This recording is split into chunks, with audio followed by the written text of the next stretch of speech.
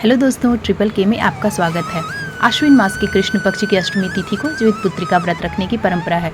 इसे जितिया व्रत भी कहा जाता है। इस दिन माताएं अपनी संतान की दीर्घायु, आरोग्य और सुखमय जीवन के लिए बिना आहार और निर्जल रहकर यह व्रत रखती हैं।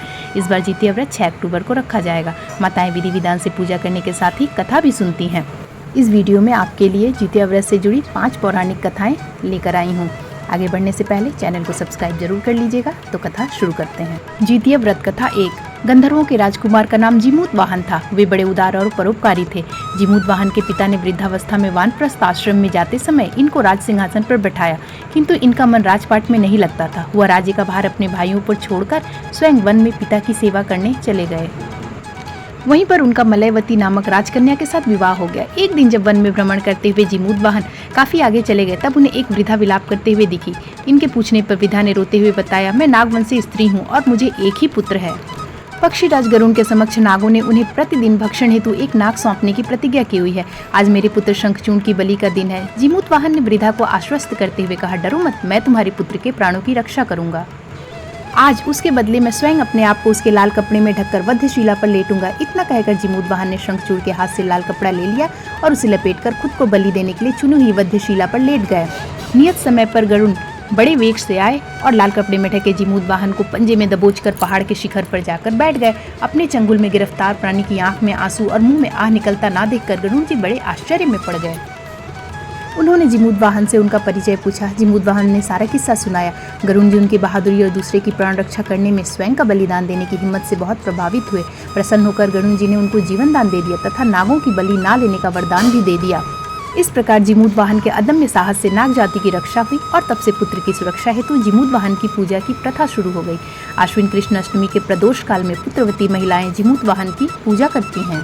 कैलाश पर्वत पर भगवान शंकर माता पार्वती को कथा सुनाते हुए कहते हैं कि आश्विन कृष्ण अष्टमी के दिन उपवास रखकर जो स्त्रियां सायं प्रदोष काल में जीमूतवाहन की पूजा करते हैं तथा कथा सुनने के बाद आचार्य को दक्षिणा देती हैं, वह पुत्रों का पुण्य सुख प्राप्त करती हैं। व्रत का पालन दूसरे दिन अष्टमी तिथि की समाप्ति के पश्चात किया जाता है। यह व्रत अपने नाम के अनुरूप फल देने वाला है। जितिया व्रत कथा 2। नर्मदा नदी के पास एक कंचनवटी नाम का नगर था। वहाँ के राजा का नाम मलाई केतु था। उसी नर्मदा नदी के पश्चिम और बालूहटा नाम की मरुभूमि थी, जिसमें एक विशाल पेड़ पर चील रहती थी और उसी पेड़ के नीचे एक सियारिन भी रहती थी।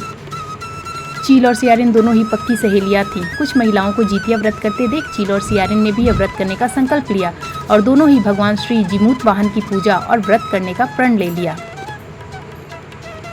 जिस दिन दोनों को व्रत रखना था, ठीक उसी दिन शहर के एक बड़े व्यापारी की मृत्यु हो गई और उनका दाह संस्कार वहीं मरुस्थल पर हुआ। मुर्दा देखकर सियारिन को भूख लगने लगी और वह खुद को रोक नहीं पाई, जिसके कारण उसका व्रत टूट गया। परंतु चील ने खुद पर संयम रखा और पूरी श्रद्धा और नियम से अपना व्रत पूरा किया और अगले दिन व्रत का पारण भी किया। उसके बाद अगले जन्म में दोनों सहेलियों ने पुत्री के रूप में एक ब्राह्मण परिवार में जन्म लिया। उनके पिता का नाम भास्कर था। चील बड़ी बहन और सियारिन छोटी बहन बनी। बड़ी बहन का नाम शीलावती रखा गया और उसकी शादी बुद्धिसेन के साथ हो गई। छोटी बहन का नाम कपूरावती रखा गया और उसकी शादी उस शहर के राजा मलाई केतु से हुई और छोटी बहन कपूरावती कंचनवटी नगर की रानी बन गई। अब भगवान जीमूतवाहन के आशीर्वाद से बड़ी बहन शीलावती को 7 पुत्र प्राप्त हुए, लेकिन कपूरावती के बच्चे जन्म लेते ही खत्म हो जाते थे। कुछ सालों बाद शीलावती के 7 पुत्र बड़े हो गए और राजा के दरबार में काम करने लगे। उन्हें देखकर कपूरावती के मन में ईर्ष्या और जलन की भावना उत्पन्न होने लगी। इस ईर्ष्या की भावना में कपूरावती ने राजा से कहकर शीलावती के 7 बेटों के सर कटवा दिए। फिर उन 7 सिरों को 7 बर्तन में डालकर ढक दिया गया और शीलावती के पास भिजवा दिया गया। यह सब देख भगवान जीमूतवाहन ने मिट्टी की सहायता से 7 भाइयों के सर बनाए और सभी सिरों को धड़ से जोड़कर उन पर अमृत छिड़क दिया, जिसके कारण वे 7 भाई फिर से जिंदा हो गए और घर लौट आए। रानी ने जो कटे सर भिजवाए थे वह सब फूल बन गए। कपूरावती समाचार पाने को बहुत व्याकुल थी, लेकिन जब उसे इस बात का पता चला तो वह अपने बड़ी बहन के घर गई और वहां सबको जिंदा देखकर आश्चर्य में पड़ गई और बेहोश हो गई। जब कपूरावती होश में आई तो उसने अपनी बड़ी बहन से यह सारी बात बताई और अपनी गलती का पछतावा किया।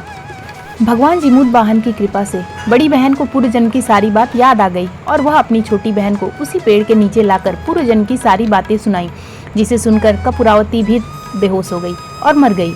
जब राजा तक इस बात की सूचना मिली तो उन्होंने उसी जगह पर पेड़ के नीचे कपूरावती का दाह संस्कार करवा दिया। जितिया व्रत कथा 3। 2 बहनें थीं जिनका नाम था चूलिया और सियरिया। चूलिया बहुत मेहनती थी और गरीब भी थी। वह मजदूरी करके अपने बच्चों को पालती थी, लेकिन सियरिया गलत आचरण वाली थी, जो हमेशा मौज और ऐश करती थी और चुलिया से जलती भी थी। हर वक्त सियरिया यह सोचती थी कि चुलिया इतना खुश कैसे रहती है। चुलिया की हंसी खुशी सियरिया से सहन नहीं हो पाती थी, जिसके कारण सियरिया चुलिया के संतानों को सताने के कई प्रयास कर चुकी थी और कई बार चुलिया के बच्चों को खत्म करने की कोशिश भी कर चुकी थी। किंतु चुलिया की तपस्या और व्रत के कारण उसके बच्चे हमेशा सुरक्षित बच जाया करते थे। एक दिन सियरिया चुलिया के सभी बच्चों को लेकर जंगल में लकड़ी चुनने के लिए गई।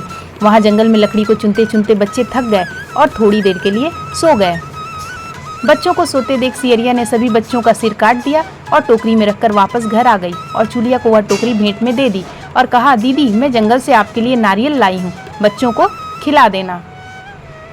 चुलिया ने उस टोकरी को उठाकर देखा नहीं और किनारे में रख दिया और अपने बच्चों की प्रतीक्षा करने लग गई।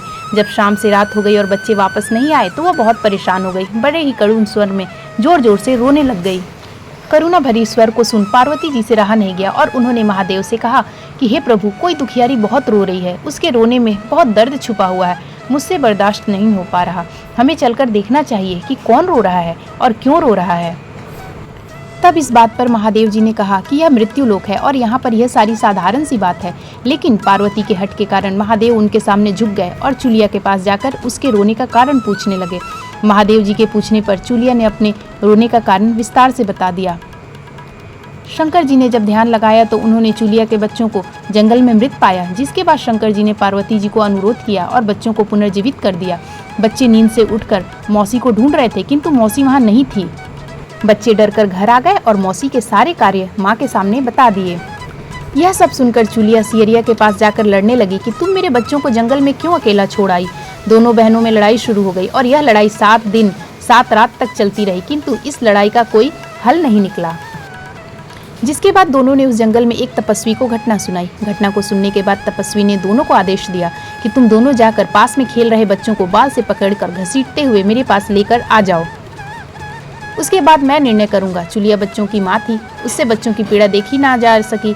उसने महात्मा के वचनों का पालन नहीं किया, लेकिन सियरिया दौड़ती हुई गई और खेलते हुए बच्चों को बाल से पकड़कर खींचकर ले आई। जिसके बाद तपस्वी ने सियरिया को यह श्राप दिया कि हर जन्म में इसी प्रकार तू सदैव जलती रहेगी और दुखी होती रहेगी। जो महिला किसी बच्चे की पीड़ा और माँ की ममता को नहीं जानती, जीवन भर धरती पर दुख भोगने के अलावा और कुछ नहीं कर पाएगी। जितिया व्रत कथा 4। 2 बहनें थीं, एक का नाम था सुखिया और दूसरी का नाम था दुखिया। दोनों का भाग्य उनके नाम जैसा ही था। दुखिया गरीब थी और बहुत दुखी रहती थी। सुखिया अमीर थी और हमेशा सुखी रहती थी। दोनों एक ही गांव में रहती थीं। दुखिया सुखिया के घर में काम करती थी, साफ सफाई करती थी, खाना बनाती थी और जो खाना बच जाता था वह खाना सुखिया दुखिया को दे देती थी। इसी तरह दुखिया का घर चलता था। समय बीतता गया, दोनों को बच्चे थे। सुखिया को 2 पुत्र थे और दुखिया को भी 2 पुत्र थे। जब जितिया का व्रत आया तो दोनों बहन जितिया का व्रत रखी थी। दुखिया सुखिया के घर में काम करती थी। व्रत के दिन दुखिया ने सुखिया के घर जो चावल फटका, उससे जो खुर्दी निकला वह अपने लिए रख ली और साफ चावल सुखिया को दे दी। फिर साग को चुनी, बढ़िया वाला साग सुखिया के लिए रख दी और जो डंठल था वह अपने लिए रखी। अब दुखिया ने सुखिया के घर सारा खाना बना दिया और अपने घर चावल की खुर्दी और साग की डंठल लेकर गई बनाने के लिए। खुर्दी का चावल और साग की डंठल बनाकर वह खाना अपने बच्चों को खिलाई और खुद भी खाई। उसके बाद दुखिया सोने चली गई। आधी रात में एक बूढ़ी औरत उसके घर पर आकर दरवाजा खटखटाती है तो दुखिया पूछती है, कौन है? तब बूढ़ी बोलती है, बेटा हम हैं। दुखिया ने उठकर फाटक खोला और पूछती है, अम्मा आपको क्या चाहिए? इतनी रात में आप यहाँ किस लिए आई हो? बूढ़ी बोलती है, बेटा मुझे बहुत भूख लगी है, कुछ खाने को दे दो। दुखिया उसे घर के अंदर ले जाती है और कहती है, हम लोग बहुत गरीब हैं, आज मैंने खुर्दी का चावल और साग की डंठल बनाई है, क्या आप खाएंगी? तो बूढ़ी कहती है, हाँ क्यों नहीं खाएंगे, हमें बहुत भूख लगी है, हम वही खाएंगे। दुखिया अंदर जाकर खुर्दी का चावल और साग की डंठल लाती है और बूढ़ी को देती है खाने के लिए। बूढ़ी खाना खाने के बाद कहती है कि मुझे अच्छे से कुछ दिखाई नहीं देता, इतनी रात के अंधेरे में मैं अपने घर कैसे जाऊंगी? तो दुखिया कहती है, कोई बात नहीं, आप यहीं पर सो जाइए, सुबह अपने घर चले जाना। तो बूढ़ी दुखिया के घर में ही सो जाती है। फिर थोड़ी देर बाद उठकर बूढ़ी बोलती है, बेटा मुझे दीर्घ शंका लगी है, कहाँ करूँ? तो दुखिया कहती है, मेरे घर में शौचालय नहीं है, इसलिए आप उधर कोने में कर लीजिए। बूढ़ी पूछती है कि बेटा भड़भड़ करें या छरछर करें? दुखिया नींद में थी तो वह कहती है, माताजी भड़भड़ कर दो, मैं सुबह साफ कर दूंगी। फिर थोड़ी देर बाद बूढ़ी पूछती है कि बेटा मैं अपने हाथ कहाँ साफ करूं? तो दुखिया कहती है, आप मेरे सर में अपने हाथ को साफ कर लीजिए। जब सुबह होती है तो दुखिया को यह सब सपने के जैसा लगता है कि सोते समय मुझे कोई सपना आया होगा। वह ज़्यादा कुछ नहीं सोचती और नदी में नहाने के लिए चली जाती है। जब वो नदी में नहाती है और अपने बाल धोती है तो उसके बालों से होते हुए जो पानी बहता है वह सोने का पानी बहता है। आसपास की सभी महिलाएं यह देखकर चकित हो जाती हैं और कहती हैं कि तुम्हारे बालों से तो सोने का पानी गिर रहा है, क्या बात है। फिर उसे रात की सारी बात याद आती है। वह दौड़कर अपने घर की ओर भागती है, यह सोचकर कि उसका घर दीर्घ शंका से गंदा हुआ होगा, पहले उसको साफ करना होगा। जब वो अपने घर में जाती है तो देखती है कि घर के हर कोने में ढेर सारा सोना बिखरा पड़ा है। यह सब देखकर दुखिया बहुत खुश हो जाती है और सोचती है कि जीतमान बाबा जीमूत वाहन की कृपा से यह सब जो माता का रूप धारण करके मेरे घर आए और मुझे इतना आशीर्वाद दिए। अब दुखिया अमीर हो जाती है और सुखिया के घर जाकर काम करना बंद कर देती है। दुखिया जब अपना व्रत पूरा करती है तो अपने पुत्र से कहती है कि जाओ मौसी के घर से तराजू लेकर आओ, यह नापने के लिए कि यह सोना कितना है। बच्चा बहुत खुशी से सुखिया मौसी के घर जाता है और तराजू मांगता है। तो सुखिया पूछती है कि तराजू पर क्या नापना है। तो बच्चा बोलता है मेरे घर में बहुत ढेर सारा सोना है, उसी को माँ नापेगी। सुखिया कहती है खाने के लिए तुम्हारे पास कुछ भी नहीं है और सोना नापोगे, मुझसे झूठ कहते हो। तो बच्चा कहता है नहीं, मैं झूठ नहीं बोल रहा हूँ। सुखिया सोचती है जब तराजू मांगा है तो कुछ न कुछ तो जरूर नापना होगा, इसलिए वह तराजू के पीछे गोंद लगा देती है कि जो भी नपेगा वह थोड़ा सा इसमें चिपक जाएगा। दुखिया जब तराजू पर सोना नापती है तो कुछ सोना का टुकड़ा उस गोंद में चिपक जाता है। जब बच्चा तराजू लौटाने आता है तो सुखिया उसको उलट पुलट कर देखती है तो उसे तराजू में सोना लगा हुआ मिलता है। सुखिया सोचती है उसके घर में जरूर कहीं से सोना आया होगा, इसलिए वह कई दिन से काम पर भी नहीं आ रही है। सुखिया उसके घर जाकर देखती है कि दुखिया के घर में बहुत सारा सोना है। जब सुखिया दुखिया के पास जाकर पूछती है कि तुम्हारे पास कहाँ से इतना सोना आया कि तुम तराजू मंगाई नापने के लिए, तो दुखिया उस रात की सारी कहानी अपने बहन सुखिया को बताती है। दुखिया का मन एकदम सच्चा था, इसलिए वह सब कुछ बता दी। लेकिन सुखिया के मन में लालच आने लगा कि दुखिया के पास हमसे भी ज्यादा धन आ गया, अब अगले जितिया में मैं भी खुर्दी का चावल और साग की डंठल बनाऊंगी। फिर अगले साल जितिया का व्रत दोनों बहन ने रखा। सुखिया के पास हर तरह का सुख था और धन भी था, फिर भी वह जितिया के दिन चावल फटक कर साफ चावल फेंक दी और खुर्दी अपने पास रख ली। साग को तोड़कर पत्तियां फेंक दी और डंठल अपने पास रख ली और वही बनाई।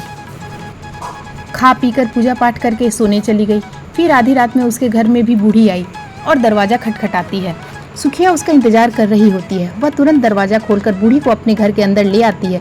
बूढ़ी बोलती है मुझे बहुत भूख लगी है, कुछ खाने को दे दो। तो सुखिया कहती है मैंने खुर्दी का चावल और डंठल का साग बनाया है। बूढ़ी बोलती है कोई बात नहीं, मैं खाऊंगी। तो सुखिया परोस देती है। वह खाना खाने के लिए और सोने चली जाती है। बूढ़ी बोलती है मैं घर नहीं जा सकती, मुझे दिखाई नहीं देता। तो सुखिया कहती है कोई बात नहीं, आप यहीं सो जाओ। थोड़ी देर बाद बूढ़ी फिर बोलती है कि मुझे दीर्घ शंका लगी है, कहाँ करूँ? तो सुखिया कहती है वहीं कोने में कर लीजिए। फिर थोड़ी देर बाद बूढ़ी पूछती है कि भड़बड़ करूँ या छरछर? इस समय सुखिया को याद नहीं आता कि दुखिया ने क्या बोला था। तो सुखिया बोली माँ छरछर कर दीजिए। फिर बूढ़ी पूछती है कि बेटा मैं अपने हाथ कहाँ साफ करूँ? सुखिया कहती है मेरे सर में साफ कर लीजिए। बूढ़ी अपना हाथ सुखिया के सर में साफ कर लेती है। जब सुखिया सुबह उठती है तो उसका पूरा घर गंदगी से भरा पड़ा होता है और उसके बाल भी बहुत गंदे होते हैं।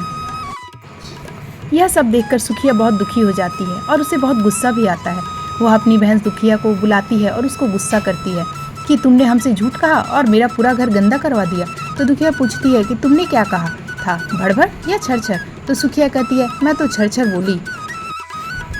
तो दुखिया कहती है यहीं पर तो तुमने गलती करी और तुम्हारे पास तो सब कुछ था, किसी चीज की कमी नहीं थी, फिर भी तुमने लालच किया। मेरे पास तो कुछ भी नहीं था, तुम्हारे पास तो सब कुछ था। तुम्हारे घर जीतमन बाबा भेष बदल कर आए, लेकिन फिर भी तुमने उन्हें अच्छा खाना नहीं परोसा। मेरे पास तो कुछ भी नहीं था, इसलिए मैंने उन्हें खुर्दी का चावल और साग का डंठल परोसा था। तुमने अपने घर आए भगवान का अपमान किया, सब कुछ रहते हुए भी तुमने साग और भात खिलाया। तुम्हारे पास तो सब कुछ होते हुए भी तुम्हें लालच नहीं करना चाहिए, इसलिए तुम्हारे साथ बुरा हुआ है। जितिया व्रत कथा 5। महाभारत के युद्ध में जब अश्वत्थामा अपने पिता की मृत्यु से बहुत दुखी थे और अपने पिता की मृत्यु का बदला लेना चाहते थे, जिसके कारण वह पांडवों के शिविर में घुस गए। शिविर में उस समय 5 लोग सो रहे थे, जिसके कारण अश्वत्थामा ने उनको पांडव समझकर खत्म कर दिया। यह माना गया कि सभी पुत्र द्रौपदी के 5 पुत्र थे, जिसके बाद अर्जुन ने अश्वत्थामा को बंदी बना लिया और उनकी दिव्य मणि भी छीन ली। जिसके कारण अश्वत्थामा ने क्रोध में आकर अभिमन्यु की पत्नी के गर्भ में पल रहे शिशु को भी ब्रह्मास्त्र के जरिए मार डाला। जिसके बाद भगवान श्री कृष्ण ने अपने सारे पुण्य का फल उत्तरा की अजन्मी संतान को दे दिया और गर्भ में पल रहे शिशु को पुनः जीवित किया। श्री कृष्ण की कृपा से इस पुत्र का नाम जीवित पुत्रिका दिया गया। तब से लेकर आज तक संतान की लंबी उम्र के लिए और उनकी मंगल कामना के लिए हर साल माताएं जितिया व्रत या जीवित पुत्रिका व्रत रखती हैं और परंपरा के साथ उन्हें पूरा भी करती हैं। तो ये थी जितिया व्रत से जुड़ी 5 पौराणिक कथाएं। आपको कहानी पसंद आई हो तो कमेंट में जितबंधन महाराज की जय जरूर लिखिएगा और ये भी बताइएगा कि आप में से कौन कौन ये व्रत करती हैं।